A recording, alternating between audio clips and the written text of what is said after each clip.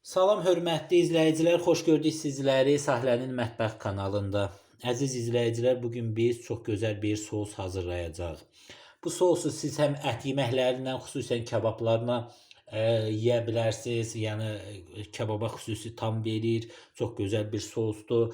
Ondan sonra kartuşka qızartmasından kartuşka presin üstünə tökə bilərsiniz. Qreçkanın, qarabaşaq da deyək də, onun üzərinə digər xəmir yeməklərinin mantı, gürcü xəngəlinin üzərinə töküb çox super bir dad verir. Ondan sonra makaron vermişir, bişirəndə spagetti bişirəndə üzərinə tökə bilərsiniz və digər, yəni yeməklərin üzərinə bu sosu töküb işlədə bilərsiniz. Bunun üçün bizə nələr lazımdır? Belə mağazin tomatı lazımdır bizə. Sarımsaq xoşdursunuzsa çox xoşdur, çox da tökə bilər, az xoşdursa az. Yəni bəzi adamlar düzdür, iyini sevmir, ancaq bu xüsusi tam verir. Sarımsaqdır, qoz ləpəsidir bir əcə, şirin bibar bir dənə, ondan sonra acı bibar, acı olsun deyə soğan bir əcə, göylərdən şüyüt lazım olacaqdır, kişniş lazım olacaqdır bizə və xüsusi tam üçün nanə.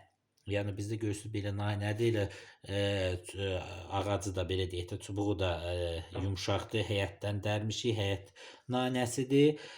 Ondan sonra duz, istiot, duru yağ və biraz da su lazım olacaq. İndi başlayırıq bunları hazırlamağa. Deməli, əziz izləyicilər, blenderimizə qoz ləpələrimizi və sarımsağımızı qoyuruq ilk öncə. Biberlərimizi qoyuruq.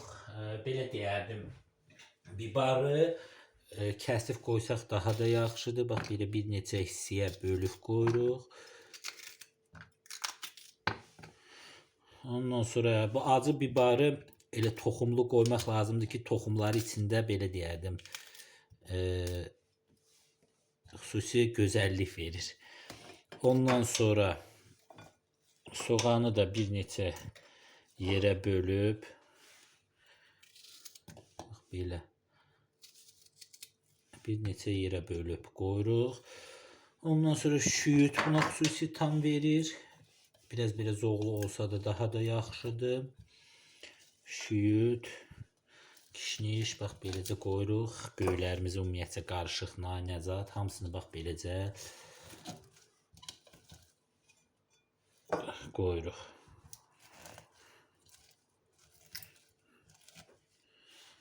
Ondan sonra tomatımızdan əlavə edirik.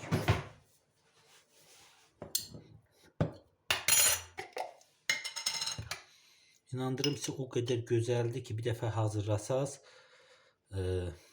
dadından doymayacaqsınız. Dəfələrlə hazırlayacaqsınız.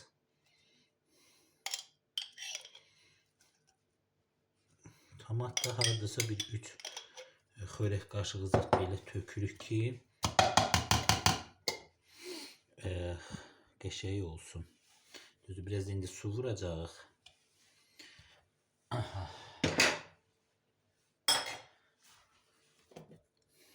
Tuzumuzu əlavə edirik. Daha doğrusu tuz da indi zövqə uyğun tökürük.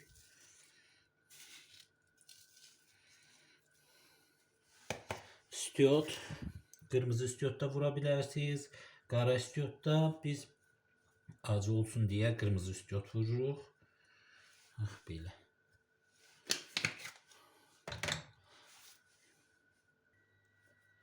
Deməli, əziz izləyicilər, bax belə elədikdən sonra yağımızı, zeytun yağı da, ya günə baxan yağını da bax beləcə tökürük və üzərinə bir əcə su, yəni gözə yarı su tökürük.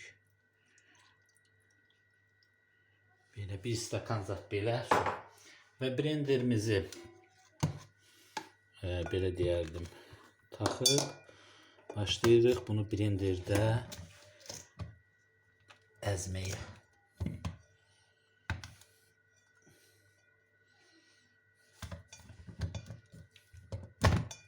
Belə. Və blenderimizdə başlayırıq bunu əzməyə.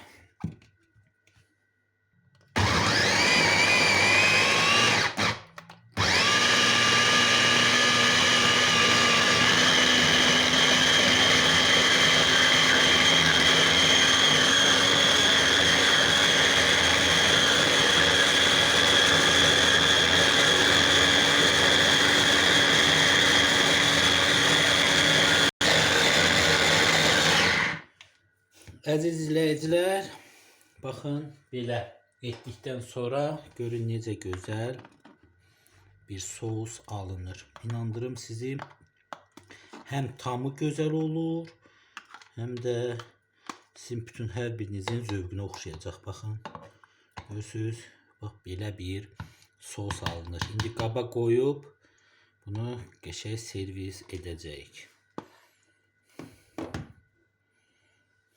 Qab götürək.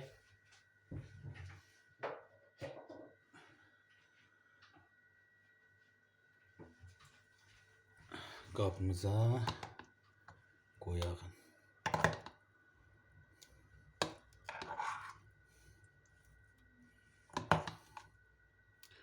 İnandırım size, baxın, görürsünüz necə gözəl alınıb. Baxın, həm tamı gözəl olur, həm də özü.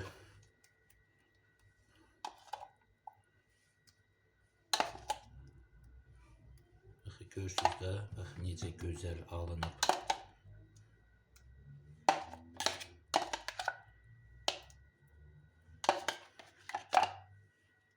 Bax belə. Artıq sosumuz hazırdır. Əziz izləyicilər, baxın, gördüyünüz kimi sosumuz belə hazır oldu. İnandırım sizi, həm dadı gözəl, həm belə deyək, görünüşü də gördüyünüz kimi göz oxşayır. Baxın, görün necə gözəl, baxın. Yəni bunu siz həm xamır yeməkləri ilə, yəni mantı, nə bilim, makaron, spagettinin üzerine tökebilirsiniz. Hem kebaplara xüsusi bu tam verir. Yəni kebapları üzerine töküb yeyə bilərsiniz. Həmçinin greçka, kartof püresi, kartof kızartması və sairə yeməklərlə bunu dada bilərsiniz. İnandırım size, o qədər gözəl bir sosdur. Yəni həm içində belə deyərdim, göyərtilər olduğundan nanezət buna xüsusi tam verir. Həm belə deyək, tomat, bibar acılıq verir, stiyot, onu kimi nə bilim sarımsaq zat. Yəni çox gözəl belə xüsusi tamı var. Hazırlayın və dadın. Belə, bu qədər əziz izləyicilər, kanalımıza abunə olun, videolarımıza da like qoyun. Sağ olun, salamat qalın əziz izləyicilər.